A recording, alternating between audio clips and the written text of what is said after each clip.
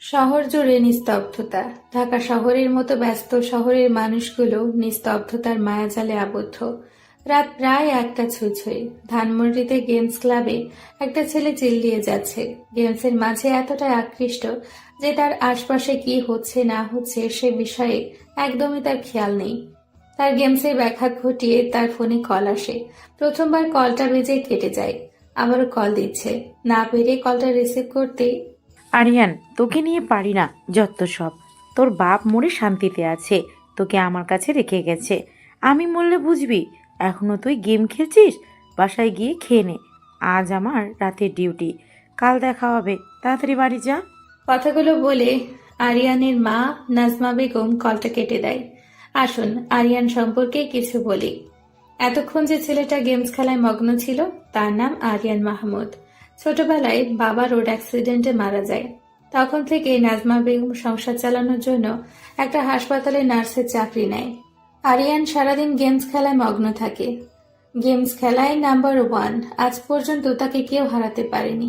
তার 4জন সঙ্গী আছে যাদের সাথে গেমসের দুনিয়ায় এসে পরিচয় হয়, তবে তারা একে অপরকে আজ পর্যন্ত দেখেনি।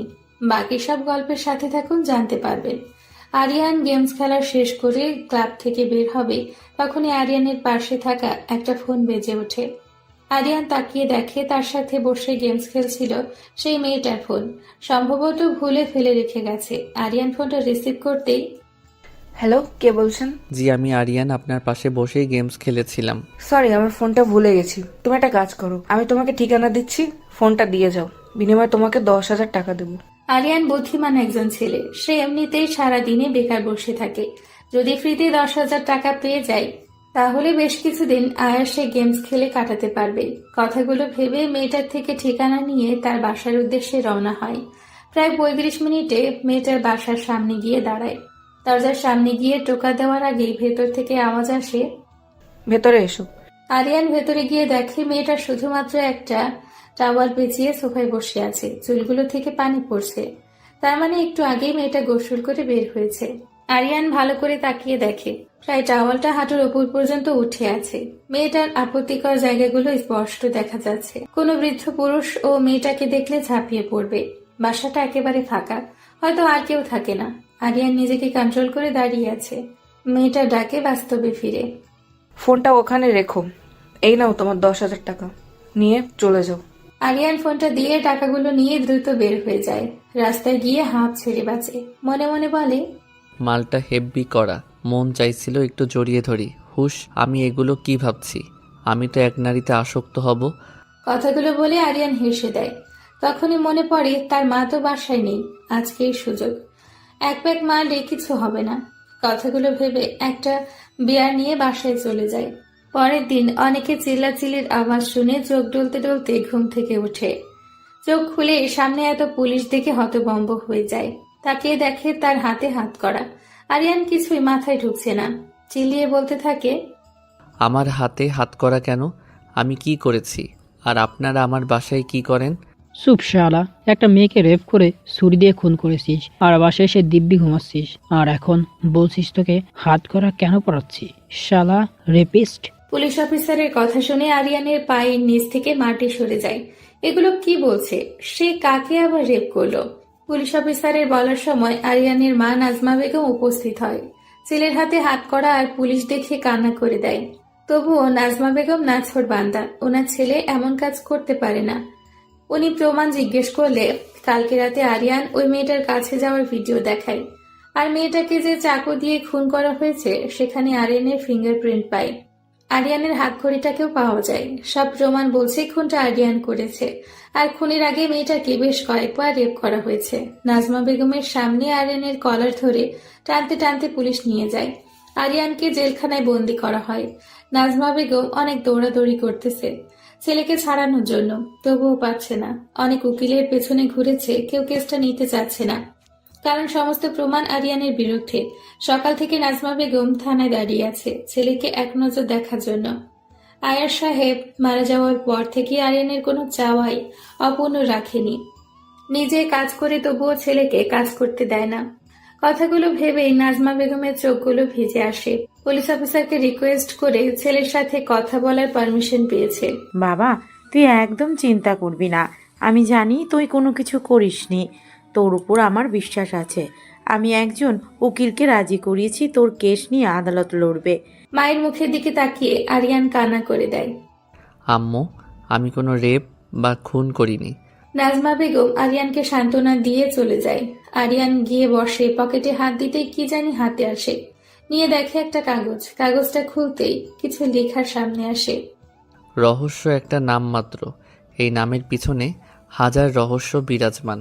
আমি রহস্য নিয়ে খেলতে ভালোবাসি, আর খুন করা আমার নেশা। হা হা হা। লেখাটা পড়ে আরিয়ানের মাথায় কিছুই ঢুকে না। তখনই কেউ একজন আরিয়ানের মুখ বরাবর লাথি মারে। আরিয়ান মুখ থুবড়ে মাটিতে লুটিয়ে পড়ে। মুখ দিয়ে গলগল করে রক্ত পড়ছে। আস্তে আস্তে সামনে তাকিয়ে দেখে একটা মোটা তাজা লোক দাঁড়িয়ে আছে।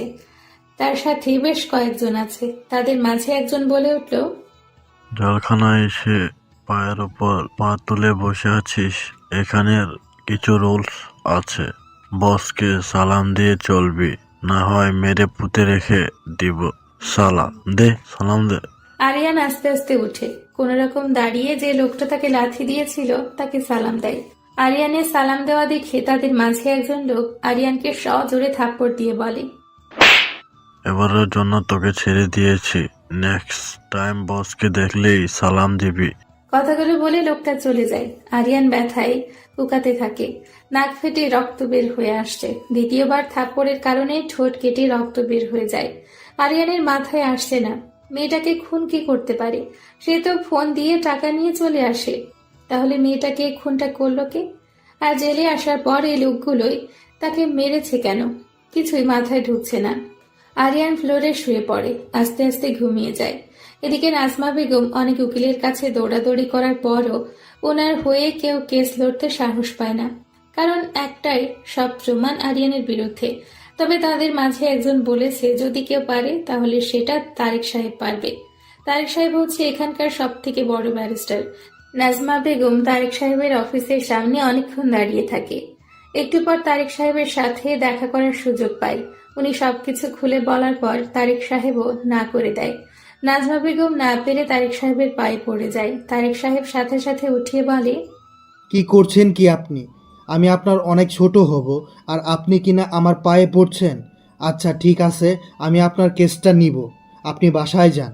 নাজমা বেগম অনেক খুশি হয়ে যায়। উনি সিদ্ধান্ত নেয় কালকে তারেক সাহেবকে নিয়ে আরিয়ানের সাথে দেখা করতে যাবে।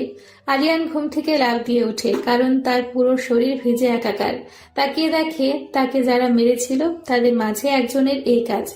আরিয়ান ছোট ছোট চোখে তাকিয়ে থাকে। তখন লোকটা বলে, তুই এখানে পরে পরে ঘুমাচ্ছিস? তোকে কি বলেছিলাম? চল, বস তোকে ডাকে। না গেলে তোর কপালে শনি আছে। কথাগুলো বলে লোকটা চলে যায়। আরিয়ান ধীরে ধীরে লোকটাকে ফলো করে তার পিছু পিছু যায়। লোকটা একটা রুমের ভেতরে ঢুকে।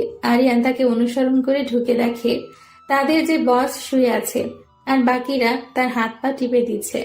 আরিয়ান যাওয়ার পর তাদের বস উঠে বসে আর বলে, আজ থেকে তুই আমার কাজ করবি। এদিকে গোসলখানা আছে, যা গিয়ে আমার কাপড়গুলা ধুয়ে দে। লোকটা কথাগুলো বলে তার কিছু কাপড় আরিয়ানের দিকে ফিক্কা দেয়। আরিয়ান মনে মনে ভাবে তার নিজের কাপড়গুলো কখনো ধুয়ে দেখেনি, আর আজ জেলখানায় তাকে অন্যের কাপড় ধুয়ে দিতে হচ্ছে। আসলে ভাগ্য কাকে কোথায় নিয়ে দাঁড় করায় বলাই মুশকিল। আরিয়ান কাপড়গুলো নিয়ে খুব কষ্ট করে ধুয়ে দেয়। বাহিরে বের হতেই একজন লোক আরিয়ানকে ডাকে। আরিয়ান লোকটার কাছে যাওয়ার পর লোকটা বলে, তুমি কি নতুন এসেছো? জি। তার জন্যই হাত কাটা শোভন তোমাকে এভাবে খাটাচ্ছে। নতুন কেউ আসলেই সে এভাবে কাজ করায়। জেলখানায় সবাই তার কথায় উঠবস করে। কেউ কথা না মানলে তাদেরকে অনেক মারধর করে। লোকটা কথাগুলো বলে চলে যায়। এদিকে আরিয়ান চিন্তায় অস্থির। সে কি আদৌ ছাড়া পাবে? তার মা কি পারবে তাকে ছাড়িয়ে নিতে? খুব কান্না পাচ্ছে তার। কেন যে 10,000 টাকা লোভ করতে গেল? কথায় আছে, লোভ মানুষকে মৃত্যুর দুয়ারে এনে দাঁড় করায়। আরিয়ানের মনে হচ্ছে তাকে তার লোভটাই মৃত্যু পর্যন্ত নিয়ে যাবে। এভাবে দিনটা চলে যায়। নাজমা বেগম তারেক সাহেবকে নিয়ে আরিয়ানের সাথে দেখা করে অনেক কিছু জিজ্ঞেস করে। কথা বলে নাজমা বেগমকে নিয়ে তারেক রহমান চলে যায়। এভাবে কয়েকদিন চলে যায়। আরিয়ানকে প্রতিদিন নানান অজুহাতে হাত কাটা স্বপন মারধর করে। আরিয়ানের সহ্য করা ছাড়া কোনো কাজ নেই। রাত প্রায় 2টা ছুঁই ছুঁই। একটা লোক চেয়ারে বসে অট্ট হাসিতে ফেটে পড়ছে আর বলছে, অন্যের কান্নায় এত আনন্দ পাই কেন? অন্যকে ছটপট দেখে আমার আলাদা তৃপ্তি আসে কেন? পাপীরা পাপ করে আর আমি স্বয়ং পাপ। আজ তারেক সাহেব একা আসে, নাজমা বেগম আসে না। তারেক সাহেবকে একা দেখে আরিয়ান প্রশ্ন করে, আপনি একা কেন? আম্মু কোথায়? আম্মু আসেনি? আম্মু কি আমার উপর রাগ করে আছে? আরিয়ানের কথা জবাবে তারেক সাহেব আরিয়ানকে একটা চিরকুট ধরিয়ে দেয়। সেখানে লেখা, আরিয়ান বাবা, আমি তোর অপদার্থ মা, তোকে আমি কিছুই দিতে পারিনি। আমি চাই না আমি বেঁচে থাকতে তোর মৃত্যু হোক, তাই আমি চলে যাচ্ছি। তুই আমাকে মাফ করে দিস। তোকে সবসময় বকাবকি করেছি, কখনো বলিনি তোকে আমি অনেক ভালোবাসি বাবা। তোর আম্মু তোকে অনেক ভালোবাসে, আমাকে মাফ করিস বাবা। লেখাটা দেখে আরিয়ান কান্না করে দিয়ে বলে, আমার আম্মু কোথায়? বিনিময়ে তারেক সাহেব বলে, তোমার আম্মু গলায় রশি দিয়ে আত্মহত্যা করে। আর এই নাও, এই মালাটা তোমাকে দিতে বলেছিল, এটা সবসময় পরে থাকতে। আর তুমি অপরাধ মেনে নাও, আমি তোমাকে সাজা কম করিয়ে দিব। কথাগুলো বলে তারেক সাহেব চলে যায়। আরিয়ান খুব করে কান্না করে। তার বেঁচে থাকার সম্বল, তার মাটাও তার ভুলের জন্য আজ দুনিয়া ছেড়ে চলে গেল। নিজেকে কখনো মাফ করতে পারবে না। আরিয়ানের কান্না করার মাঝেই হাত কাটা স্বপন এসে আরিয়ানকে থাপ্পড় মেরে বলে, শালা, তোকে কাজ দিয়েছিলাম, করেছিস? একে তো নিজের মায়ের মৃত্যুর জন্য নিজেকে দোষ দিচ্ছে আর নিজেকে অপরাধী মনে করছে, সেখানে যখন স্বপন এসে আরিয়ানকে থাপ্পড় মারে, আরিয়ানের চক্ষুগুলো রক্তবর্ণ ধারণ করে। বসা থেকে উঠে মুখ বরাবর সজোরে একটা পাঞ্চ মারে। আরিয়ানের পাঞ্চের কারণে হাত কাটা স্বপন 10 হাত দূরে গিয়ে পড়ে। মা বলে চিল্লিয়ে ওঠে। তার চিল্লানোর আওয়াজ শুনে তার সাথীগুলো আসে। আরিয়ান একে একে সব কটাকে শুয়ে দেয়। হুট করে পেছন থেকে একজন ছুরি দিয়ে আরিয়ানের পেছনে বসিয়ে দেয়। আরিয়ান পেছনে তাকিয়ে লোকটাকে সজোরে লাথি মারে। আস্তে আস্তে চোখগুলো ঝাপসা হয়ে আসে। যখন চোখ খুলে তখন নিজেকে হাসপাতালের বেডে আবিষ্কার করে। আরিয়ান সবকিছু মনে করার চেষ্টা করে। এখন আরিয়ানের কাছে সবকিছু ক্লিয়ার। আরিয়ান চিন্তা করে এমনিতেও জেলখানায় পচে মরতে হবে, তার চেয়ে বরং পালিয়ে গিয়ে খুনের রহস্য উদ্ঘাটন করাই বেটার। আর এটাই সুযোগ এখান থেকে পালানোর। বাইরে গিয়ে দেখে কড়া সিকিউরিটি, তবে জানালা দিয়ে যাওয়া যাবে, কারণ সে নিচতলার বেডে শুয়ে। রাত 2টা ছুঁই ছুঁই। আরিয়ান এখনো সজাগ। আজকে যেভাবেই হোক পালাতে হবে। আস্তে আস্তে জানালার গ্রিলগুলো খুলে যে বের হবে, তখনই একজন পুলিশ দেখে চিল্লাতে শুরু করে। আরিয়ান কোনো রকম বের হয়ে খুঁড়িয়ে দৌড় লাগায়, কারণ আরিয়ান আগ থেকে জখম হয়ে আছে। হাসপাতাল থেকে বের হয়ে যেই রাস্তায় যায়, তখনই একটা মাইক্রো এসে তার সামনে এসে দাঁড়ায়। মাইক্রোতে 2জন লোক, তার মাঝে একজন বলে ওঠে, আরিয়ান, জীবন বাঁচাতে হলে মাইক্রোতে উঠে বসো, আমরা তোমাকে বাঁচাতে এসেছি, ফার্স্ট। লোকটার কথা শুনে আরিয়ান কোনো চিন্তা ছাড়াই মাইক্রোতে উঠে বসে, কারণ আপাতত পুলিশ থেকে বাঁচতে পারলেই হয়। তারা কারা পরে দেখা যাবে। আরিয়ান মাইক্রোতে উঠতে নিমেষেই মাইক্রো হাওয়া হয়ে যায়। পুলিশ খুঁজে পায়নি। বেশ কিছুক্ষণ জার্নির পর মাইক্রোটা একটা পাহাড়ি অঞ্চলে এসে থামে। লোক 2জন বের হয়ে যায়, সাথে আরিয়ানকেও বের হয়ে তাদের পিছু পিছু আসতে বলে। আরিয়ান তাদের পিছু পিছু যায়। লোক 2জন একটা সুইচে চাপ দিতেই মাটির নিচ থেকে একটা সরু রাস্তা বের হয়ে আসে। তারা 3জন রাস্তাটা দিয়ে চলতে শুরু করে। এদিকে আরিয়ানের মনে হাজার প্রশ্ন। এই 2জন লোককে, আর তাকে কেন বাঁচালো, আর তাকে চিনে কিভাবে? সব প্রশ্ন যেন আরিয়ানের মাথা চাড়া দিয়ে উঠছে। তখনই তারা একটা ঘরের ভেতর প্রবেশ করে। ঘরটা দেখে আরিয়ানের মাথা চক্কর দেওয়ার মতো অবস্থা, কারণ ঘরটার ভেতর বড় বড় কম্পিউটার, মনিটর, পিসি, একেবারে ভয়ঙ্কর একটা ঘরের মতো। আরিয়ান খেয়াল করে একজন লোক মুখে জোকার মাস্ক পরে কম্পিউটারে কি যেন করতেছে। তাদের সবার পায়ের আওয়াজ শুনে লোকটা কম্পিউটার থেকে চোখ সরিয়ে তাদের দিকে তাকায়। আরিয়ান চোখের দিকে তাকিয়ে অবাক হয়ে যায়, কারণ চোখগুলো মনে হচ্ছে কোনো মেয়ের। আরিয়ানের এভাবে তাকানো দেখে সবাই হো হো করে হেসে দেয়। একজন বলে, নীল শুন, আরিয়ান খুব ভয়ে আছে, দেখ কিভাবে ভয়ে ভয়ে তাকাচ্ছে। বেচারাকে আর ভয় দেখিয়ে লাভ নেই, চল এখন আমাদের পরিচয় দিয়ে ওকে ভয়মুক্ত করি। আদ্রের কথা শুনে নীল মুচকি হেসে বলে, আরিয়ান, আমার একটা স্কোয়াড মনে আছে তোর? আরে গাধা, আমরা তোর গেমিং স্কোয়াড। আরিয়ানের সব মনে পড়ে যায়। তার স্কোয়াড ছিল, সেখানে নীল, আদ্র আর তানিশা ছিল। আরিয়ান তাদেরকে জড়িয়ে ধরে বলে, সরি রে, এত ডিপ্রেশনের মাঝে মাথা থেকে চলে গিয়েছিল। তোরা কেমন আছিস? আরিয়ান কথা বলতে বলতে আদ্র আর নীলকে ছেড়ে তানিশাকে জড়িয়ে ধরতে যাবে, তখনই তানিশা আরিয়ানকে থাপ্পড় বসিয়ে দেয় আর বলে, অসভ্য লুচু পরোটা, একটা মেয়েকে জড়িয়ে ধরতে আসিস, লজ্জা করে না? আরিয়ান গালে ধরে অবাক হয়ে বলে, তুই মেয়ে কিভাবে, আমাদের সাথে না ছেলের ভয়েসে কথা বলতি? আরিয়ানের কথায় আদ্র আর নীল হাসতে শুরু করে। আদ্র বলে, আর বলিস না, আমরাও সেম থাপ্পড় খেয়েছি। তুই যে এত বড় বিপদে আমরা কেউ জানতাম না। হুট করে গেমে আসা বন্ধ, আমরা তো পাগল হয়ে গিয়েছিলাম। তারপর হুট করে তানিশা আমাদের দেখা করতে বলে। তানিশার সাথে দেখা করে জানতে পারি তুই এত বড় বিপদে পড়েছিস। এখন বলতে পারিস তানিশা কিভাবে তোর ব্যাপারে খোঁজ নিয়েছে? তাহলে শোন, তানিশা হলো লেডি হ্যাকার। অনেক বড় বড় হ্যাকারকেও সে নাকানি চুবানি খাওয়াতে পারে। আর আমি কার রেসিংয়ে মেডেল পেয়েছি। আর নীল, আরিয়ান, তোকে পরিকল্পিতভাবে ফাঁসানো হয়েছে, তোরা এদিকে আয়। তানিশা কথাগুলো বলে তাদের সবাইকে কম্পিউটারের সামনে এনে দেখাতে থাকে। তানিশা বলা শুরু করে, দেখ তোরা, এখানে আরিয়ানের কয়েক মাসের ভিডিও ফুটেজ, আরিয়ান কোথায় কোথায় গিয়েছে সব এখানে আছে। খেয়াল করে দেখ, আরিয়ান যেখানে যেখানে গিয়েছে ওই যে লাল রঙের মাইক্রো কারটা আরিয়ানকে ফলো করেছে। খোঁজ নিয়ে জানতে পারি কারটা এখানের এমপির ছেলের। অনেক বড় একটা রহস্য এর মাঝে। আর একটা বিষয়, আরিয়ান যখন ফোনটা নিয়ে মেয়েটার বাসায় ঢুকে তার ভিডিও ফুটেজ পাওয়া যায়, কিন্তু আরিয়ানের সাথে বের হওয়ার কোনো ফুটেজ নেই। আর আরিয়ান যখন মেয়েটার বাসায় যায় ওই দিন ও লাল রঙের মাইক্রোটা তাকে ফলো করে। সেম কাহিনী 2016-তে এইভাবেই কয়েকটা খুন হয়, যেখানে লাশের পাশে খুনির চুল, ঘড়ি, ফিঙ্গারপ্রিন্ট পাওয়া যায়। আরিয়ানকে পরিকল্পিতভাবে ফাঁসানো হয়েছে, অনেক বড় চক্রান্ত হয়েছে তার সাথে। তানিশার কথায় সবাই চিন্তিত।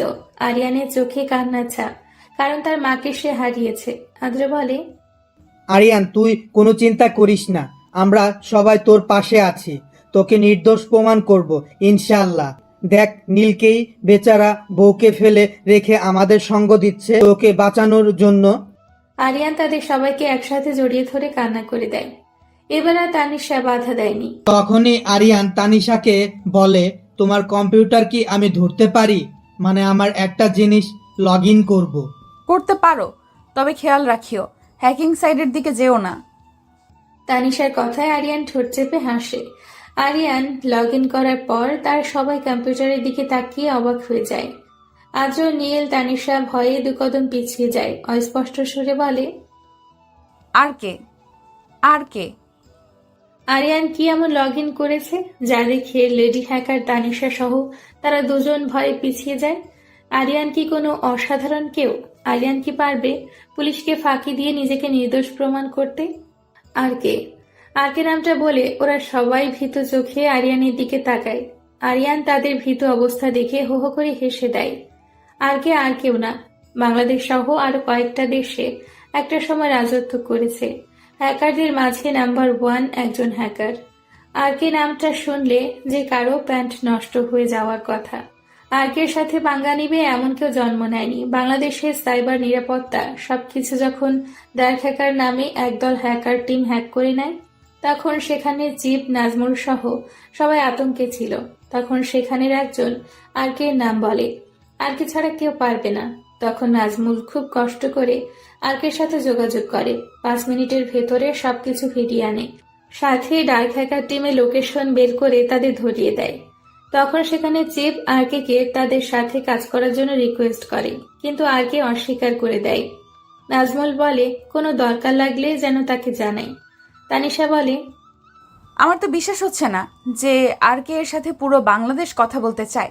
তাকে দেখার জন্য বাংলাদেশের প্রত্যেকটা হ্যাকার পথ চেয়ে বসে আছে, যাকে বস মনে করে তার দেখানো পথে হ্যাকিং জগতে আসা। সেই আর কে আমাদের বন্ধু হয়ে গেছিল। সেই আর কে আজ খুনের দায়ে এভাবে ছটফট করেছে। আরিয়ান, সত্যিই কি তুমি আর কে? নীল আর আদ্র আরিয়ানের মুখের দিকে তাকিয়ে থাকে। আরিয়ান মুচকি একটা হাসি দিয়ে বলে, খুব সাদাসিধে হয়ে থাকতে চেয়েছিলাম, কিন্তু ভাগ্য আমাকে সাদাসিধে থাকতে দেয়নি।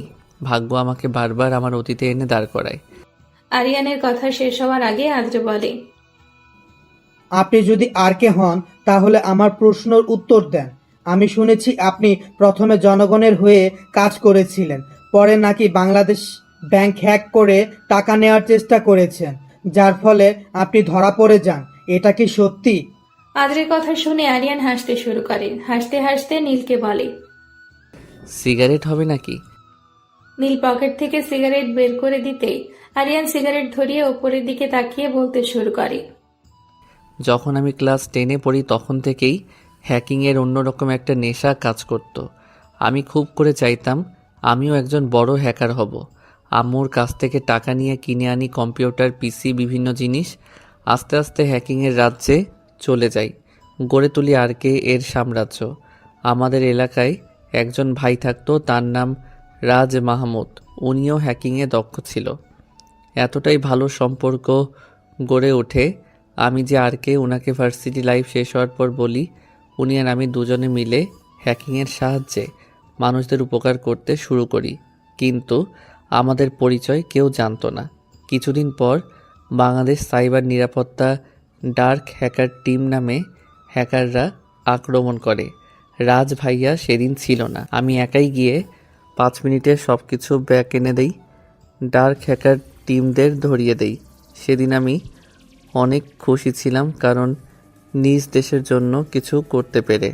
তার কিছুদিন পর কে জানি আমার নাম ব্যবহার করে বাংলাদেশ ব্যাংকের সব টাকা নিয়ে যায়। পুলিশ এসে আমাকে অ্যারেস্ট করে জেলখানায়। সেদিন রাজ ভাইয়া এসে বলে, আরিয়ান, কেমন দিনকাল চলছে? তোকে নিয়ে অনেক দিন চলবো মনে করেছিলাম, কিন্তু তোর সবটা জুড়ে আদর্শ আর আদর্শ। কোনো অন্যায় পথে চলবি না জানি, তাই আমি বাধ্য হয়েই তোকে ফাঁসিয়ে দিই। আর শোন, বাংলাদেশ ব্যাংক আমিই হ্যাক করি। ডার্ক হ্যাকার টিমের মেইন হ্যাকার সূর্য আমাকে 500 কোটি টাকা অফার করে তোকে ফাঁসানোর জন্য। আমি কি করতে পারি বল? এত টাকা হাতছাড়া করতে চাইনি। কথাগুলো বলে রাজ ভাইয়া উদাও হয়ে যায়। সেদিন আমি একেবারে ভেঙে যাই, কারণ যাকে সব কিছু মনে করতাম সে যখন বিশ্বাসঘাতকতা করে তখন কিছু বলার থাকে না। সেদিন ওনাকে আমি কিছু বলতে পারিনি। হুট করে মনে হয় নাজবুল ভাইয়ের কথা অনেক কষ্ট করে ওনার সাথে যোগাযোগ করি। উনি আমাকে নির্দোষ প্রমাণ করে। সেদিনই সব কিছু ছেড়ে দিয়ে গেমস খেলায় মনোযোগ দেই। আর তোদের সাথে পরিচয়, আর আমাকে তোরা আপনি করে বলিস না। আরিয়ানের কথায় তারা বুঝতে পারে আরিয়ান তার জীবনে অনেক বিশ্বাসঘাতকতার শিকার হয়েছে। নীল আরিয়ানের কাছে জিজ্ঞেস করে। আচ্ছা, সবই বুঝলাম। তাহলে তোর রাজ মাহমুদ ভাইয়া কোথায়? মানে ওনাকে ধরতে পারিসনি? ধরতে চাইলে কবেই ধরে ফেলতাম।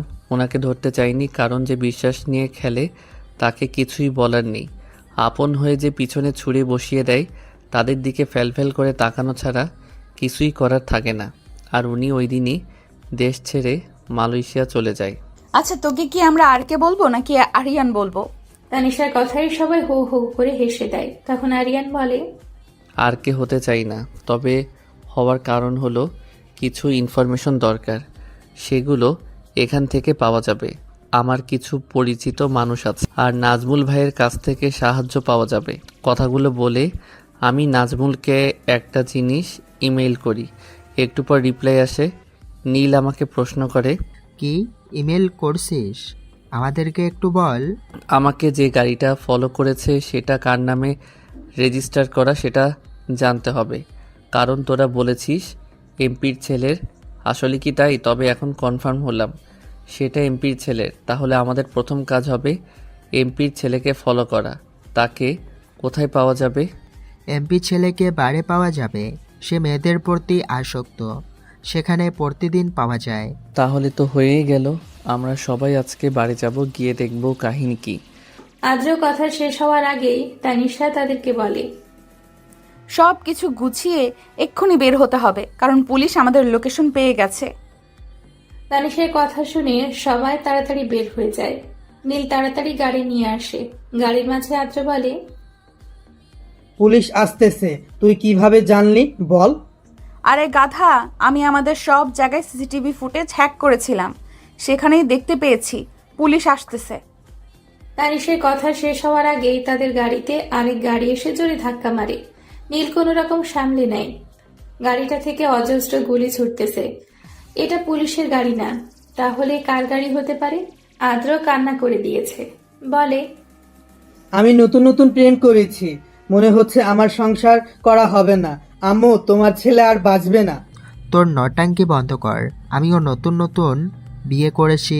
চুপ কর শালা, বাঁচার চিন্তা কর। তারা দুজন প্যাচাল পাড়া শুরু করেছে। আরিয়ান গাড়িটা কার দেখার চেষ্টা করে।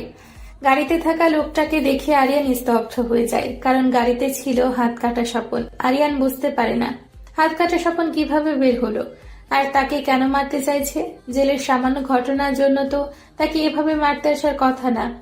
আরিয়ানের মাথায় কিছুই যায় না। তখনই হাত কাটা স্বপন আরিয়ানের গাড়ির টায়ারে গুলি ছোড়ে, যার ফলে গাড়ি বন্ধ হয়ে যায়। আদ্র তো ভয়ে মাখামাখি, বাকিরাও আতঙ্কে আছে। সবার হাতেই গান, তাদের দিকে তেড়ে ফুড়ে আসছে। আরিয়ান সবাইকে শান্ত হয়ে বসতে বলে। আরিয়ান নিজে গাড়ি থেকে বের হয়ে যায়। হাত কাটার স্বপন সামনে এসে দাঁড়াতেই তোর প্রাণ কই মাছ রে? তোকে জেলখানায় মারতে চেয়েছিলাম, কিন্তু তোর কলিজা আছে তাই এই পর্যন্ত চলে আসছিস। তোর প্রশংসা করতে হয় রে, তবে আর দৌড়াতে পারবি না। এখন তোকে মেরে বসকে খবরটা জানাতে পারলি আমি পাবো টাকা। হা হা হা। আরিয়ান বুঝতে অসুবিধা হয়নি, তার সাথে ঘটে যাওয়ার সবকিছু পরিকল্পিত ছিল। আর হাত কাটার স্বপন তার সাথে খারাপ ব্যবহার করত তাকে মারার জন্য।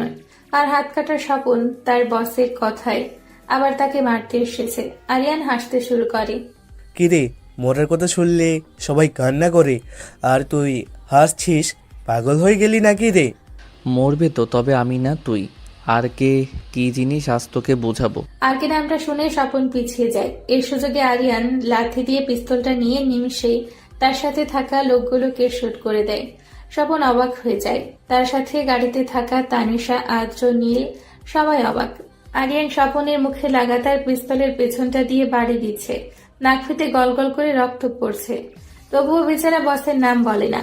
এক পর্যায়ে আরিয়ান মুখের ভেতরে পিস্তল ঠেকিয়ে ধরে। স্বপন ভয়ে মাথা নাড়িয়ে বলে বসের নাম বলবে। যখনই নাম বলবে তখনই বাইক দিয়ে দুজন লোক এসে স্বপনের কপাল বরাবর শুট করে।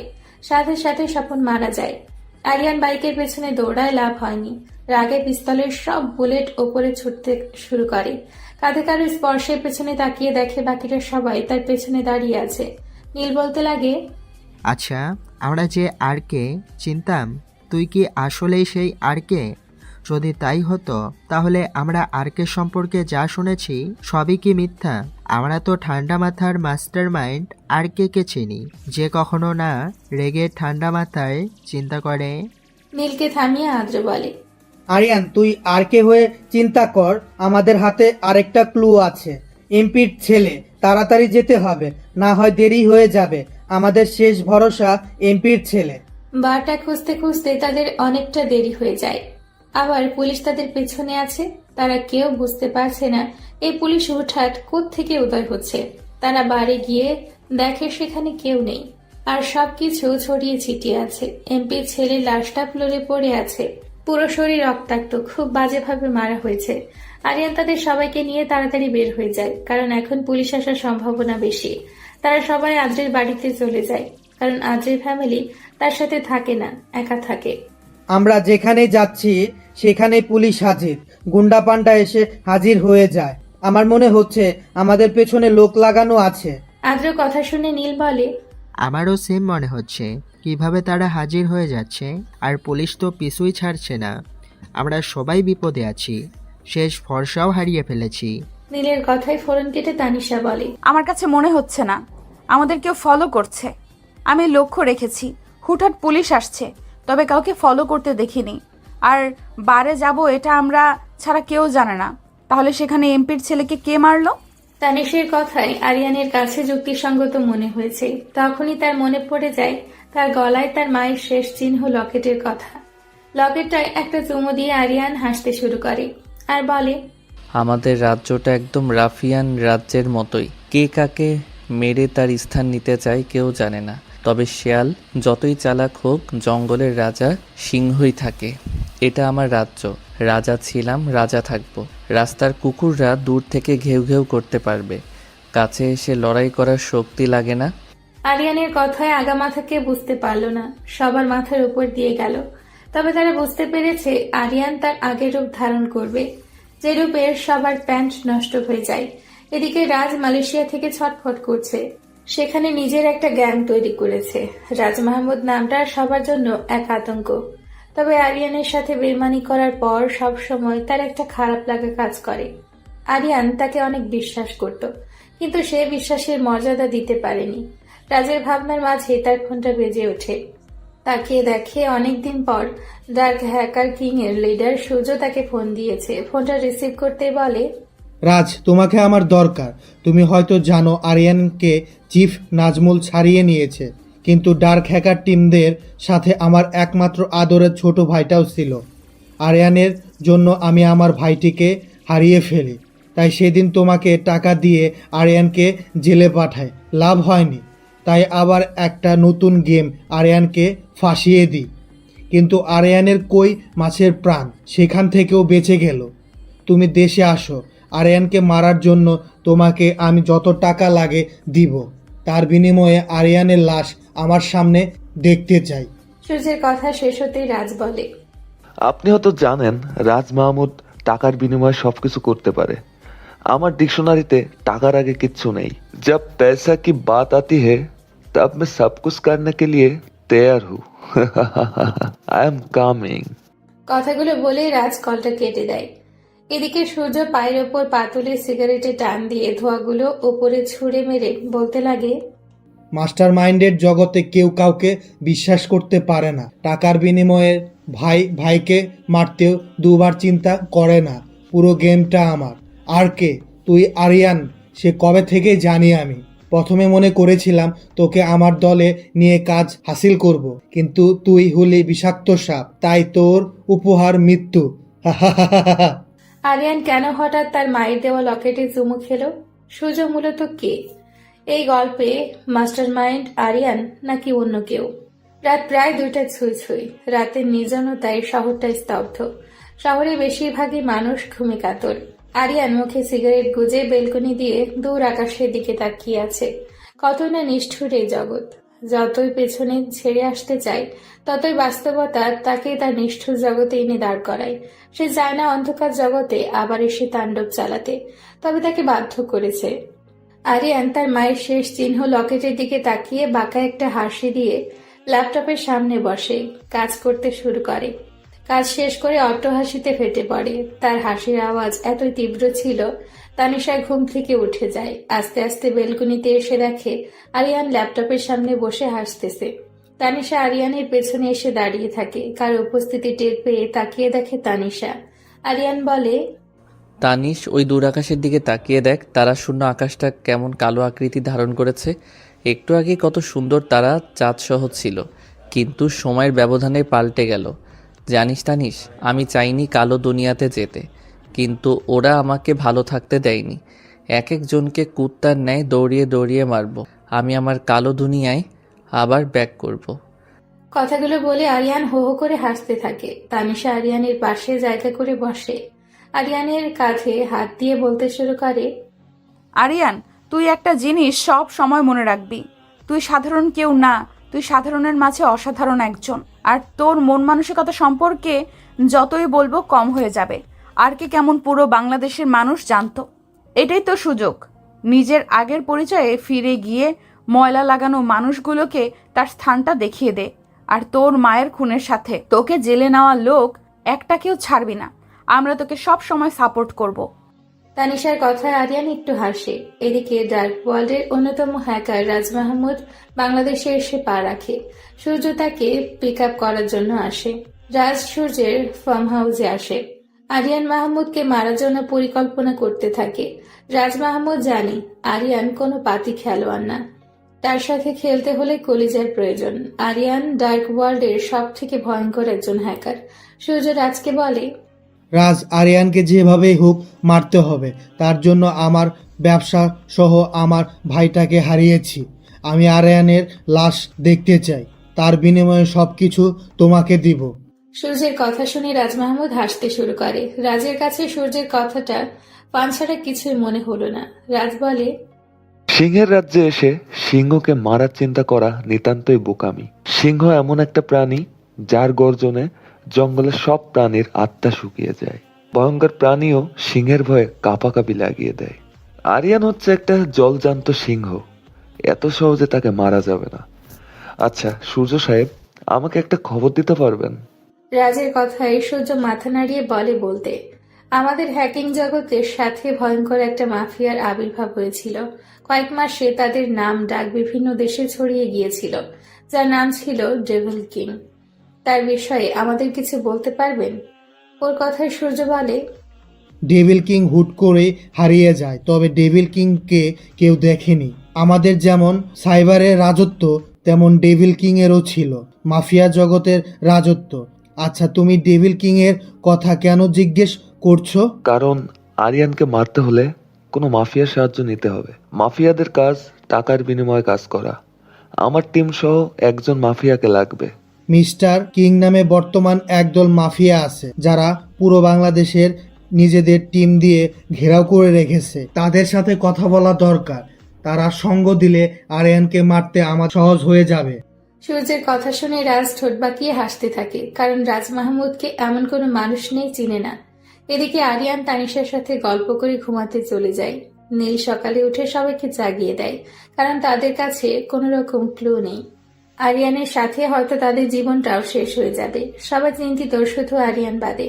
আরিয়ান সবাইকে নিয়ে একটা জঙ্গলে চলে যায়, ভয়ঙ্কর একটা জায়গা। দিনের সময় বিদ্ঘুটে অন্ধকার। আরিয়ান তাদের নিয়ে জঙ্গলের একেবারে ভেতরে গাড়ি থামায়। আজও এমনিতেই ভীতু, সে তো নীলকে এক প্রকার জড়িয়ে ধরে আছে। নীল সহ্য করতে না পেরে বলেই বসল, কিরে আদ্র, আমি কি তোর গার্লফ্রেন্ড লাগি নাকি? যেভাবে আমাকে জড়িয়ে ধরে আছিস, আমার বিবাহিতা বউও আমাকে এভাবে ধরেনি। নীলের কথায় তানিশা জোরে হেসে দেয়। আদ্র লজ্জায় পড়ে যায়। তানিশা আরিয়ানকে বলে, আরিয়ান, তুই আমাদের কোথায় নিয়ে যাচ্ছিস একটু বলবি? এই ভয়ঙ্কর জঙ্গল দেখে গা শিউরে উঠতেছে। তানিশের কথায় আরিয়ান থমকে যায়। আরিয়ানের সাথে সাথে তারাও দাঁড়িয়ে যায়। আরিয়ান জঙ্গলের ভেতরে একটা গুহায় প্রবেশ করে। আরিয়ান সাইডে একটা বাটন চাপ দিতে গুহাটা কেঁপে ওঠে। আস্তে আস্তে একটা দরজা খুলে যায়। আরিয়ান তাদের নিয়ে ভেতরে প্রবেশ করে। সবাই আরিয়ানের এই সিক্রেট রুমটা দেখে ভয় পেয়ে যায়, কারণ এই রুমটা দেখে সবাই বলবে এটা ভয়ঙ্কর কারো রুম। আরিয়ান কম্পিউটারের সামনে বসে হাসতে থাকে। আরিয়ানের হাসির শব্দ শুনে বাকিদের মাথায় কিছুই যায় না। তানিশা বলে, তুই এভাবে হাসছিস কেন? মাঝে মাঝে তোর যে কি হয়ে যায় বুঝি না বাপু। রাজ্যটা আমার, আমি আমার রাজ্যের রাজা। আমাকে মারার জন্য নতুন একটা ফন্দি আটতে ব্যস্ত কাকশিয়ালের দল। রাজ বাংলাদেশে এসেছে, মনে করেছি তাকে ছেড়ে দিব, কিন্তু রাজের কপালে ছাড় নেই। তাই আবার আমার রাজ্যে এসে আমাকে মারার ফন্দি আটতে ব্যস্ত হয়ে পড়েছে। তোমাদের এখানে আনা এই রুমটার পাওয়ার বাটনে আমার ফিঙ্গারপ্রিন্ট দেওয়া। আমার হাত ছাড়া কেউ খুলতে পারবে না, তাই এটা নিরাপদ জায়গা। আমার মাইন্ড স্টাইল দেওয়ার পালা। হা হা হা। বেশ অনেকদিন চলে যায়। এমআরের লোকেরা আরিয়ানকে পাগলের ন্যায় খুঁজে চলেছে। রাজ আর সূর্য তাদের ফার্ম হাউসে বসে সিগারেটের ধোঁয়া আকাশে উড়াচ্ছে। রাজ বলে, আরিয়ান হয়তো গা ঢাকা দিয়েছে, তাকে খুঁজেই পাচ্ছি না। একদিকে পুলিশ, অন্যদিকে মাফিয়ার লোক, শালা বেঁচে যাবে কিভাবে? রাজের কথায় সূর্য হাসতে থাকে। হাসতে হাসতে রাজকে বলে, রাজ, ঢাকা সিটিতে 105 নম্বর বাড়িতে তোমার লোক পাঠাও। আরিয়ানকে সেখানে পাবে, কোনোভাবে যেন বাঁচতে না পারে। সূর্যের কথায় রাজ অবাক হয়ে যায়, কারণ সূর্য জানে কিভাবে আরিয়ান সেখানে আছে। রাজ প্রশ্ন করতে যাবে, তখনই সূর্য বলে, কিছু কিছু জিনিস অজানা ভালো, থাক না অজানা হয়ে তোমার লোক পাঠাও, আরিয়ানকে যেন সেখানে শুট করে দেয়। রাস্তার লোকদের পাঠিয়ে দেয়। একটু পর একজন লোক খবর দেয় আরিয়ানকে সেখানে ঘুমন্ত অবস্থায় পায়, আর ঘুমের মাঝেই শুট করে দেয়। কথাগুলো শুনে তাদের কারোরই বিশ্বাস হয় না। তারা দুজন আরিয়ানকে স্বচক্ষে দেখার জন্য চলে যায়। তারা গিয়ে বিস্ময়ভাবে তাকিয়ে থাকে, কারণ তাদের সামনে আরিয়ানের লাশ। দুজনেই খুশি, কারণ মাস্টারমাইন্ডের জগৎ থেকে আরিয়ানকে সরিয়ে দিয়েছে। সকালবেলা নীল, আদ্র, তানিশা ঘুম থেকে উঠে সেখানে টিভিটা অন করতেই নিউজে দেখতে পায় আরিয়ানের মৃত্যুর খবর। তারা আরিয়ানকে খুঁজতে শুরু করে। তখনই তাদের সামনে একটা খাম দেখতে পায়, সেখানে লেখা, তোরা আমাকে মাফ করে দিস রে, আমি আমার জন্য তোদের ভবিষ্যৎ, তোদের জীবন নষ্ট করতে পারবো না। আর শোন, ভেতর থেকে দরজা খোলা যায়, তোরা তোদের জায়গায় চলে যাস, বেঁচে থাকলে আবার দেখা হবে। লেখাগুলো পড়ে তারা সবাই কান্নায় ভেঙে পড়ে, কারণ আরিয়ান তাদেরকে ঘুমের মাঝে রেখে চলে যায়। তারা বিশ্বাস করতে পারে না। তানিশা চিল্লিয়ে কান্না করতে থাকে আর ফিসফিস করে বলে, আরিয়ান, তোকে ভালোবেসে ফেলেছি, বলতেও পারলাম না। তুই কিভাবে এভাবে চলে যেতে পারলি? ছোট সময় থেকে যাকে চেয়েছি তাকেই হারিয়েছি, আজ তোকেও হারিয়ে ফেললাম। আরিয়ান কি সত্যি মারা গেছে? আর মারা গেলে তার প্রতিশোধ নিবে কে? নাকি এটা আরিয়ানের মাইন্ড স্টাইল? কি হবে সামনে? তখনই আদ্রে বলে, নীল রহস্যের মাঝে এসে আমরা সবাই আটকা পড়েছি। হঠাৎ করে আরিয়ানের চলে যাওয়া, আরিয়ানের মতো মাস্টার মাইন্ড খেলোয়াড়কে শুট করে মেরে ফেলা, কে জানি এগুলো সব আমার মাথার উপর দিয়ে যাচ্ছে। আর তানিশা, সেই শুরু থেকে আমরা বুঝতে পেরেছি তুই আরিয়ানকে ভালোবেসে ফেলেছিস। আর কি করার, ভাগ্যকে মেনে নিতে হয়। আদ্রের কথা শুনে তানিশা চোখ দিয়ে কয়েক ফোঁটা অশ্রু মাটিতে গড়িয়ে পড়ে। চোখগুলো অসম্ভব ফুলে গেছে। তানিশা দেখতে অসম্ভব সুন্দর, কান্নার কারণে পুরো মুখ নাক লাল হয়ে গেছে। পরক্ষণেই রাগের আভা চোখ মুখে ফুটে ওঠে। তানিশা বলে, আরিয়ানকে যারা মেরেছে তাদের সব কয়টাকে কুত্তার মতো দৌড়িয়ে মারবো। আজ থেকে শুরু হবে সাইবার আক্রমণ, কাউকে শান্তিতে থাকতে দিব না। তানিয়ার কথা শুনে শান্তশ্রেষ্ঠ নীল কান্নামাখা কণ্ঠে বলে ওঠে, তানিশা আর আদ্র, আরিয়ানকে এই অল্প দিনে ভাইয়ের স্থান দিয়েছিস। তার এমন অবস্থার জন্য আমারও কষ্ট হচ্ছে, কিন্তু তাড়াহুড়ো করে যা করব সবই ভুল হবে। তাই শান্ত হয়ে মাস্টার প্ল্যানিং করতে হবে, কারণ আরিয়ান কোনো সাধারণ কেউ না। আরিয়ান হচ্ছে মাস্টার মাইন্ড জগতের কিং আরকে। তাকে সাধারণ কারোর পক্ষে মারা সম্ভব না। নীলের কথায় তারা দুজন কিছুটা বুঝতে পারে। তাড়াহুড়ো করে কোনো কিছু করা যাবে না। তারা তিনজন ভয়ঙ্কর এই জঙ্গল থেকে বের হয়ে যায়। এভাবে বেশ কিছুদিন চলে যায়।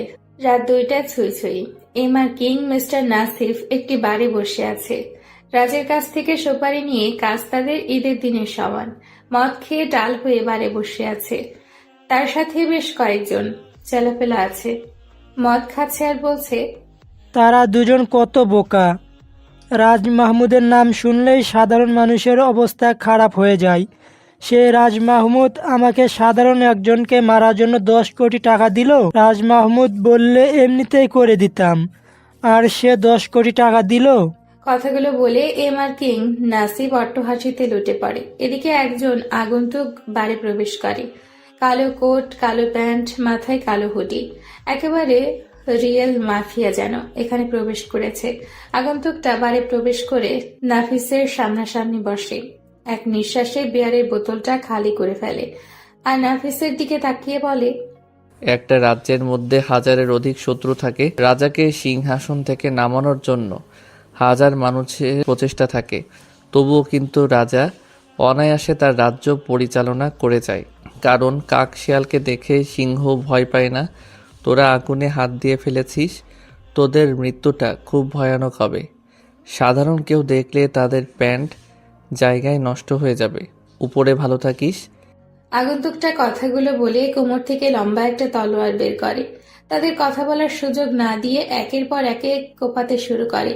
কারো হাত তো কারো মাথা। কয়েক মিনিট পুরো বারটা যেন শ্মশানে পরিণত হয়। সবার রক্ত যেন নদীর স্রোতের ন্যায় বয়ে যাচ্ছে। আগন্তুকের সমস্ত শরীর রক্তে মাখামাখি হয়ে আছে। শুধু লাল আভার ন্যায় চোখগুলো দেখা যাচ্ছে।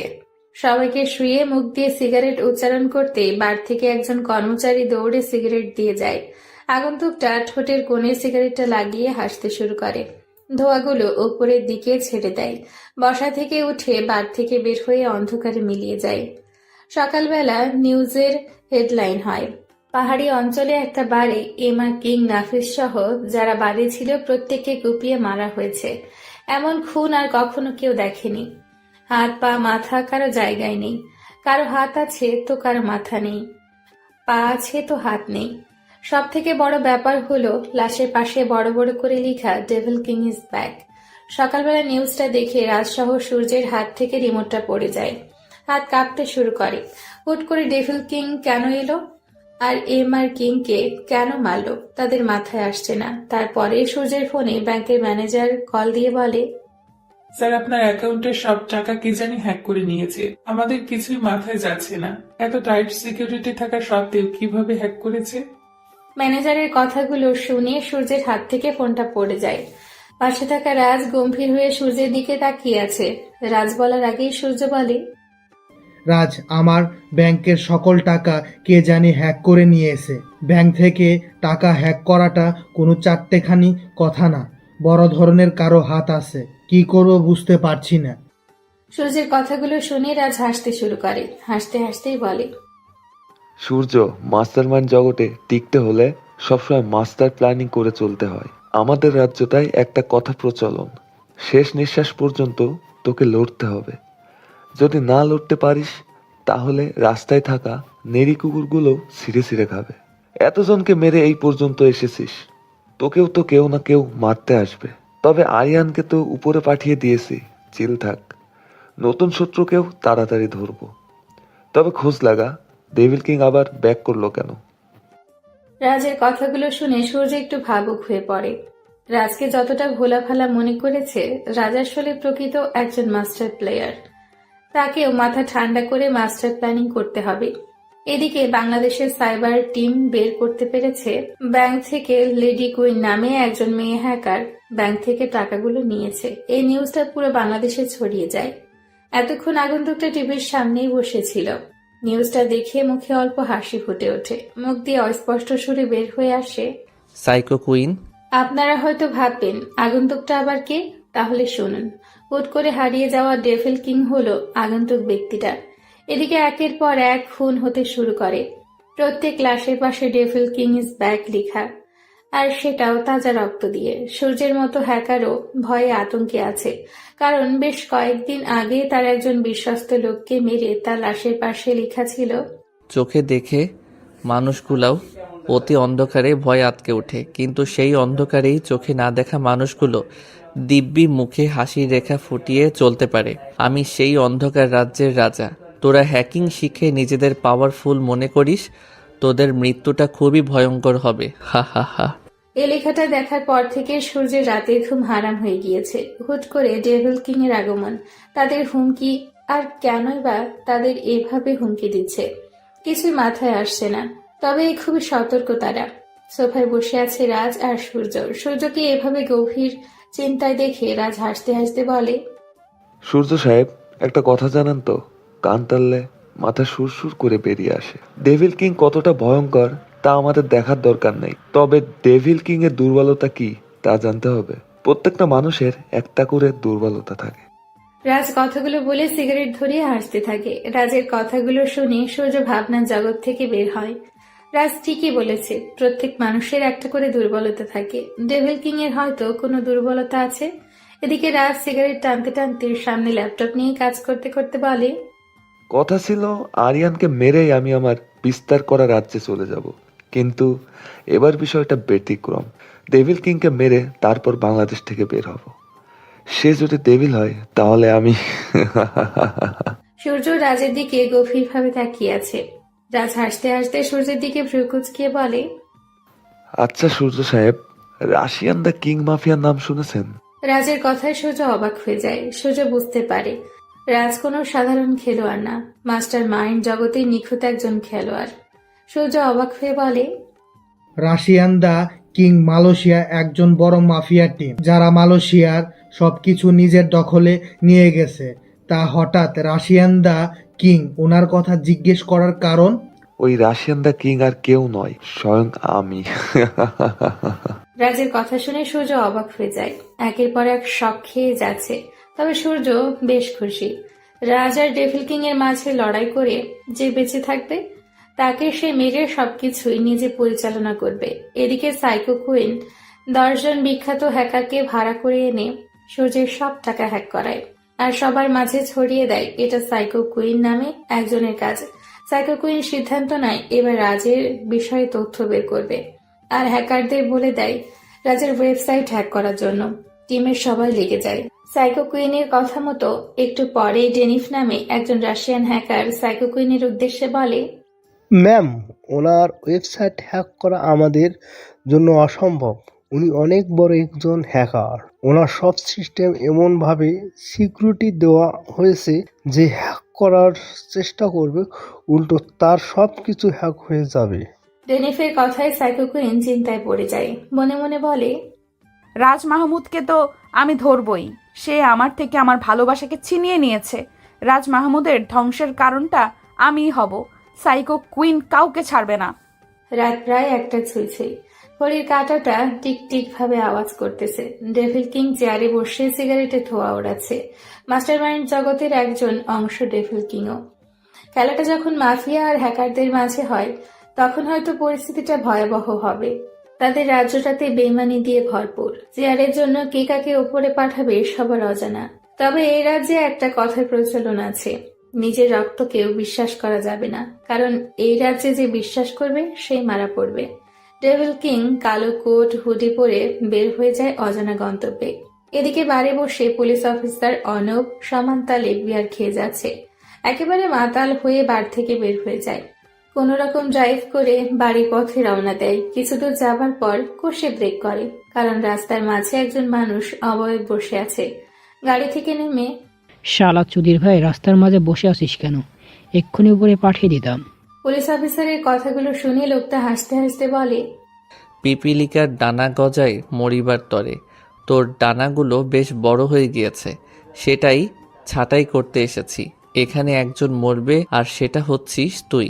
আগন্তুকটা কথাগুলো বলে হুডিটা আর মুখে থাকা মাস্কটা সরিয়ে দেয়। পুলিশ অফিসার আগন্তুকটাকে দেখে চোখগুলো বড় বড় করে ফেলে। কিছু বলতে যাবে তখনই আগন্তুকটা মুখের ভেতর পিস্তল ঠেকিয়ে সবগুলো গরম বুলেট তার মুখের ভেতর চালান করে দেয়। বুলেটগুলো অপর প্রান্ত দিয়ে বের হয়ে যায়। রক্তগুলো ছিটকে গড়িয়ে গিয়ে পড়ে। পুলিশ অফিসারের নিথর দেহ মাটিতে পড়ে থাকে। আগন্তুকটা হাসতে হাসতে অন্ধকারে মিলিয়ে যায়। এদিকে সকালবেলা নিউজে দেখাচ্ছে পুলিশ অফিসার অর্ণবকে ডেভিল কিং মুখের ভেতর লাগাতার গুলি করেছে, যার কারণে সেখানেই মারা যায়। সব থেকে আশ্চর্যের বিষয় হলো পুলিশ অফিসারের চোখগুলো যেন বের হয়ে আসার উপক্রম ছিল। মনে হয় সামনে কোনো ভয়ঙ্কর কিছু দেখেছে। নিউজটা দেখে রাজের চোখগুলো রক্তিম বর্ণ ধারণ করে। অর্ণব তাদের হয়ে কাজ করত, তাকেও ডেভিল কিং মেরে ফেলেছে। এটা আর মানা যাচ্ছে না। রাগে গজগজ করতে করতে ল্যাপটপ নিয়ে বসে। এদিকে গভীর চিন্তার পর সূর্য হাসতে থাকে। হাসতে হাসতে রাজকে বলে, অনেক হয়েছে কুকুর শিয়ালের খেলা, এখন মাঠে ভাগে সিংহের খেলা হবে। দেখা যাক টিকে বাঘ নাকি সিংহ। এদিকে লেডি কুইন পাগলের মতো চেষ্টা চালিয়ে যাচ্ছে কিভাবে রাজের সবকিছু হ্যাক করা যায়। রাশিয়া থেকে যত হ্যাকারকে এনেছে সবাই রাজের ওয়েবসাইট হ্যাক করতে অস্বীকার করে, কারণ হ্যাকিং জগৎটা ভয়ঙ্কর থেকে ভয়াবহ। এই রাজ্যে একবার ধরা পড়লে হয়তো জেল, না হলে দুনিয়ার মায়া ত্যাগ করতে হবে। ডেভিল কিং এর তাণ্ডবে একে একে মাফিয়া থেকে শুরু করে বড় বড় বিজনেসম্যানও মারা পড়েছে, আর যাদের খুন হচ্ছে সবাই বিভিন্ন 2 নাম্বারি কাজে জড়িত। রাজ একটানা 3 ঘন্টা ল্যাপটপের সামনে বসেছিল। টানা 3 ঘন্টা পর রাজের মুখে একরাশ মুচকি হাসি দেখা যায়। সূর্যকে পিছিয়ে থাপ্পড় দিয়ে বলে, চল, একজনকে হাতে পেয়েছি। তোর সব টাকা যে লেডি হ্যাকার হ্যাক করেছে তাকে ধরতে পেরেছি। আমার পূর্ব পরিচিত আস্তানায় আছে। রাজের কথা শুনে সূর্য খুশিতে আটখানা। তার এতগুলো টাকা যে নিয়েছে তাকে ধরতে পেরেছে। তারা দুজন বান্দরবনে চলে যায়। সেখানে রাজের পুরাতন আর পরিচিত গোডাউন, যেখানে রাজ আর আরিয়ানা একসাথে হ্যাকিং কাজটা চালাতো। তারা যেতে যেতে রাত 12টা বেজে যায়। নিস্তব্ধ এক রাস্তা, দূরে ল্যাম্পপোস্টের আলোটাও হালকা লাল আভার ন্যায় জ্বলে উঠছে। রাজ আর সূর্য কয়েক কদম দিয়ে একটা পুরাতন বাড়ির ভেতর প্রবেশ করে। বাড়ি বললে ভুল হবে, পুরাতন একটা গোডাউন। রাজার সূর্য ভেতরে প্রবেশ করতেই রাজের চেলাপেলারা চেয়ার এনে দেয়। রাজ দেখতে পায় হাঁটু ভাঁজ করে একজন মেয়েকে বেঁধে রাখা হয়েছে। মেয়েটি পুরো মুখ একটা কাপড় দিয়ে ঢাকা, যেন কোথায় এসেছে চিনতে না পারে। রাজ ইশারা করতেই মেয়েটির মুখ থেকে কাপড়টা সরিয়ে দেওয়া হয়। মেয়েটির মুখটা তার চুল দিয়ে ঢাকা। রাজ আবার ইশারা করে। একটা লোক মেয়েটির চুলগুলো সরিয়ে দেয়। রাজ মেয়েটিকে দেখে শকড হয়ে যায়, কারণ মেয়েটি রাজের পূর্ব পরিচিত। রাজের মুখ থেকে বেরিয়ে আসে, তানিশা? আপনারাও ঠিক ভাবছেন, লেডি কুইন আর কেউ না, আরিয়ানের ফ্রেন্ড তানিশা।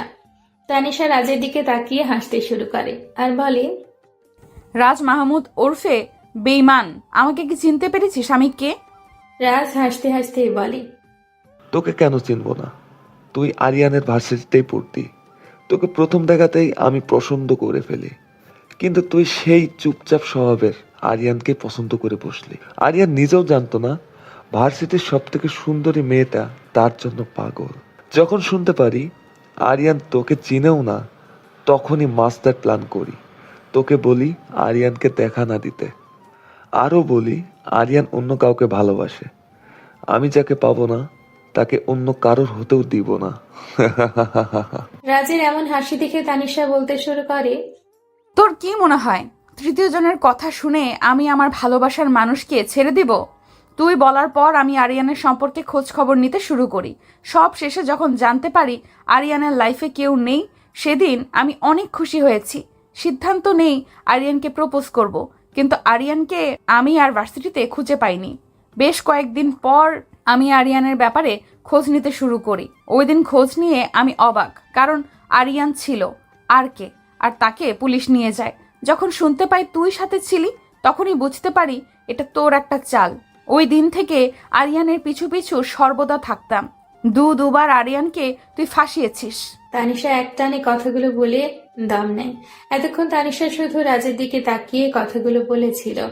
অপর পাশে তাকিয়ে তানিশা অবাক হয়ে যায়, কারণ রাজের পাশে আরিয়ানের উকিল তারেক রহমান বসে আছে। তানিশা বলেই বসে, আপনি আরিয়ানের উকিল তারেক রহমান না?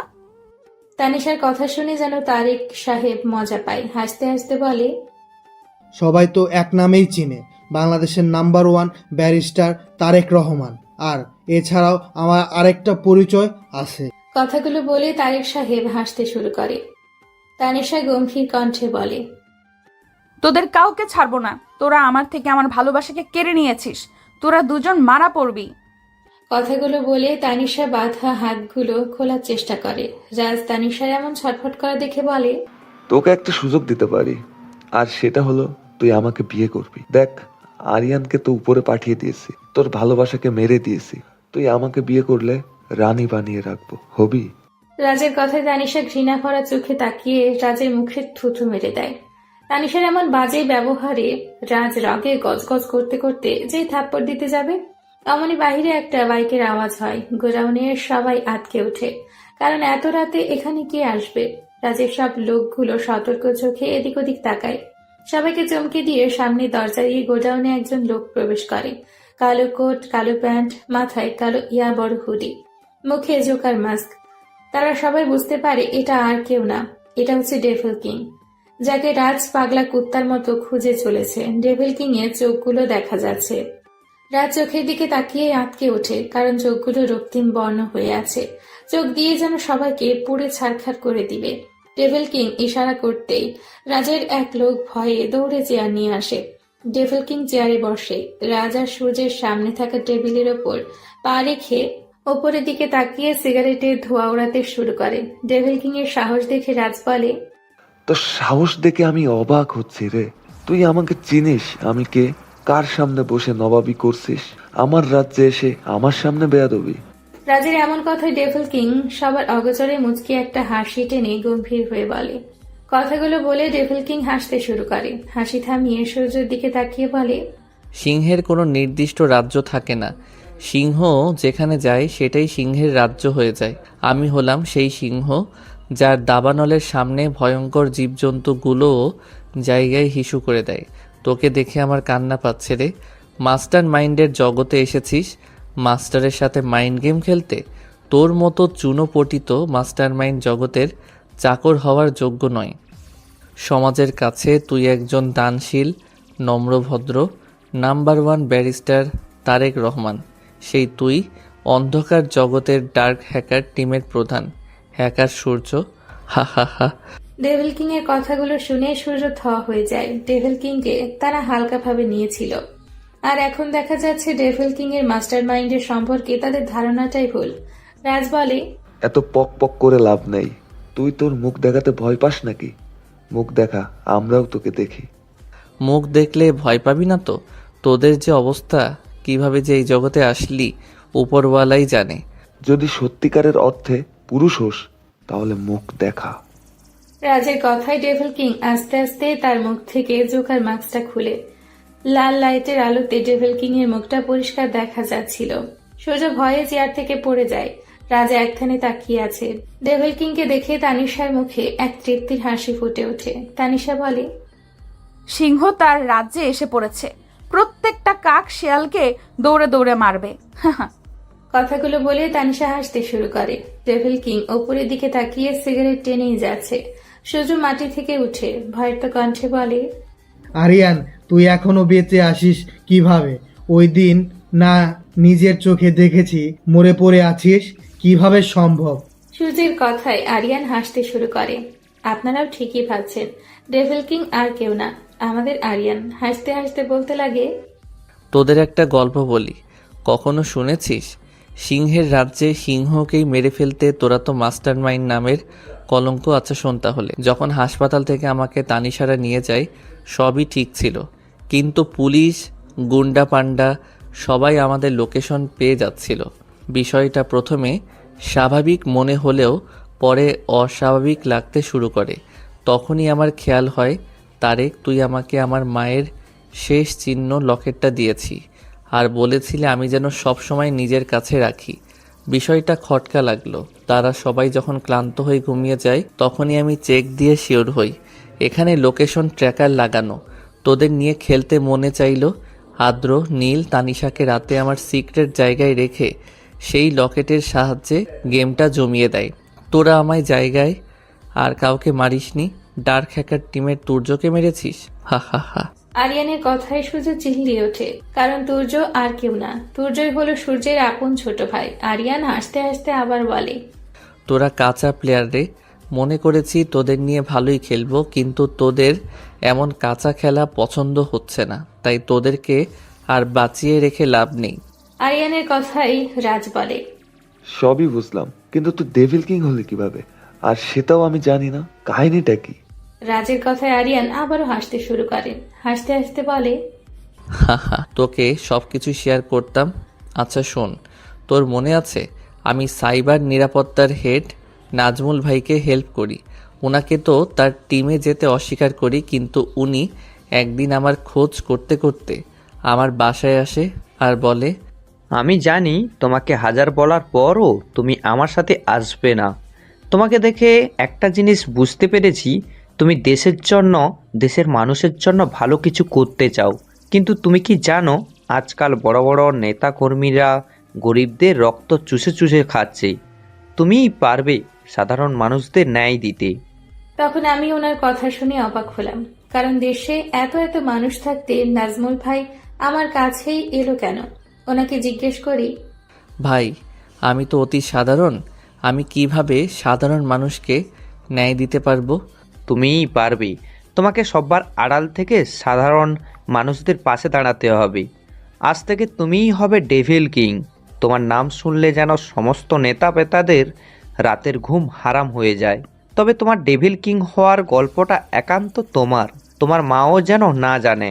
আরিয়ান একদমে কথাগুলো বলে নিঃশ্বাস নেয়। আরিয়ানের কথা শেষ হতেই সূর্য বলে, তুই আমার ভাইকে মেরে ফেলেছিস কুত্তার বাচ্চা। আমিও তোর মাকে নিজ হাতে কুপিয়ে মেরেছি। সূর্যের কথাগুলো শুনে আরিয়ানের চোখগুলো রক্ত বর্ণ ধারণ করে। কোমর থেকে চাপাতিটা নিয়ে সূর্যের হাতের মাঝ বরাবর একটা কোপ বসিয়ে দেয়। সূর্য মাগো বলে চিল্লিয়ে ওঠে। সূর্য চিল্লানোর আওয়াজে পুরো গোডাউনটা কাঁপতে শুরু করে।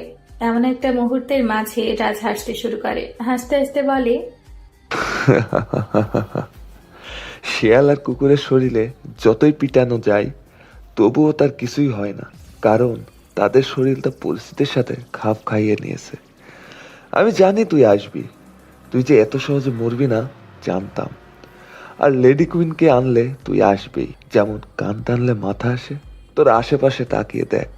আরিয়ান আশপাশে তাকিয়ে দেখে পুরো গোডাউন বডি বিল্ডার দিয়ে ভর্তি, কম করে হলে 50-60 জন। আরিয়ান একটা মুচকি হাসি দিয়ে তানিশার সামনে গিয়ে তার হাতগুলো খুলে দেয়। ভালো করে তাকিয়ে দেখে তানিশার সুন্দর ফর্সা গালে থাপ্পড়ে দাগ স্পষ্ট, ঠোঁট কেটে রক্ত বের হয়ে শুকিয়েও গেছে। তানিশাকে খুলে ইশারা করে চলে যেতে বলে। তানিশা যেতে না চাইলে রক্তবর্ণ চোখে তানিশার দিকে তাকাতেই সুরসুর করে গোডাউন থেকে বের হয়ে যায়। তানিশা বের হওয়ার ঠিক 1 ঘন্টা পর আরিয়ান বের হয়ে আসে, পুরো শরীর রক্তে রঙিন। খুঁড়িয়ে খুঁড়িয়ে তানিশার কাছে আসে। আরিয়ান কোনো কিছুই না বলে গাড়িতে গিয়ে বসে। তানিশা এসে গাড়ি চালাতে শুরু করে। সকালে তানিশা নিউজ চালু করতেই ঝটকা খায়, কারণ টিভিতে নীলকে দেখানো হচ্ছে। নীল বলেছে বান্দরবান জঙ্গল এলাকায় পরিত্যক্ত গোডাউনে প্রায় অনেক মানুষের লাশ উদ্ধার করা হয়। ভয়ঙ্কর বিষয় হচ্ছে কে কোনটা, কার বডি কোনটা চিনার কোনো উপায় নেই। হাত, গলা, মাথা, পা কারো কোনোটাই সঠিক জায়গায় নেই। একজনের কাটা মাথা ঝুলিয়ে রাখা হয়েছে, আর রক্ত দিয়ে বড় বড় অক্ষরে লেখা ডেভিল কিং। আরেকটা বিষয় হচ্ছে, রেপ কেসে পুলিশ যে ছেলেটিকে গ্রেপ্তার করেছে সে সম্পূর্ণ নির্দোষ। নাম্বার 1 ব্যারিস্টার তারেক রহমান হচ্ছে আমাদের দেশের শত্রু, ডার্ক হ্যাকার টিমের হেড। সব তথ্য পুলিশের কাছে এসেছে। তানিশা কিছু বলতে যাবে তখনই আরিয়ান বলে, নীল নিউজ রিপোর্টার, নীলের মাধ্যমে আমার নির্দোষ হওয়াটা সহজ হয়েছে। তাদের কথার মাঝেই কলিং বেলের আওয়াজ কানে আসে। তানিশা আটকে ওঠে। আরিয়ান গিয়ে দরজা খুলে দেয়। সামনে আদ্র আর নীল দাঁড়িয়ে আছে। আরিয়ানকে দুজনে জড়িয়ে ধরে বলে, বস, মাস্টারম্যান জগতের কিং তুই। তোর প্ল্যানিংয়ের জন্য আজ আমরা সফল। যদি মডার্ন নাটকটা না করতি তাহলে কখনোই ধরতে পেতাম না। তাদের কথাগুলো শুনে তানিশার মুখ লাল হয়ে যায়। তার মানে আদ্র আর নীল সব জানতো? তানিশার এমন রাগান্বিত চেহারা দেখে তারা তিনজন দৌড়ে পালায়। সমাপ্ত।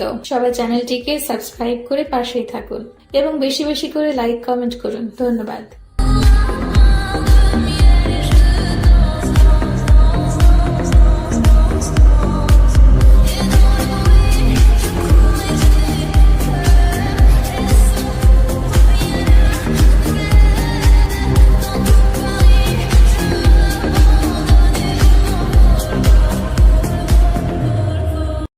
আমরা একটা নতুন চ্যানেল খুলেছি, সেখানেও গল্প ছাড়া হয়েছে। কমিউনিটি পোস্ট এবং কমেন্টের লিংক দেওয়া আছে, তাই সবাই সেই চ্যানেলটি অবশ্যই সাবস্ক্রাইব করে রাখবেন। ধন্যবাদ।